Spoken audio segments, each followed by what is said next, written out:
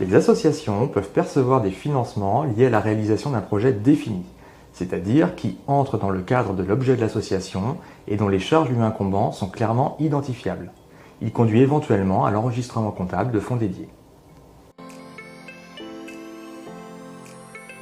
L'article 132.1 du règlement ANC 2018-06 définit les fonds dédiés comme la partie des ressources dédiées par des financeurs à des projets définis qui n'a pas pu être utilisée à la clôture de l'exercice.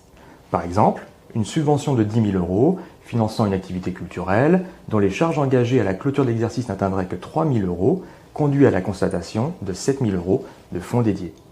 Les fonds dédiés ne peuvent pas être utilisés à un autre usage que celui défini. Ils ne sont pas à confondre avec des produits constatés d'avance qui concernent des financements reçus au titre des exercices suivants.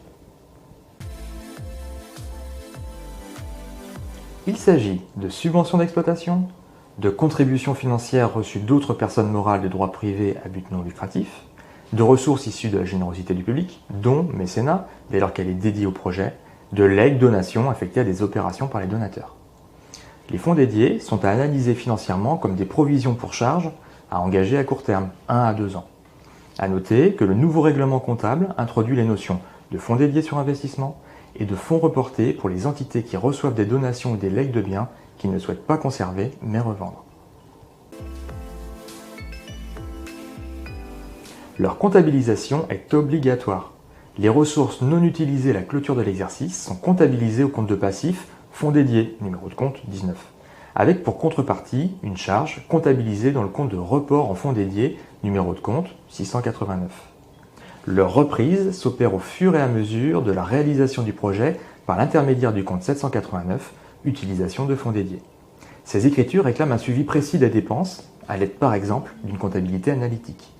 Enfin, l'annexe des comptes présente sous forme de tableau l'évolution des fonds dédiés au cours de l'exercice, leur répartition par projet et par origine des fonds, les fonds dédiés auxquels aucune ressource n'est affectée depuis 2 ans, voire les fonds transférés vers d'autres projets si accord du financeur.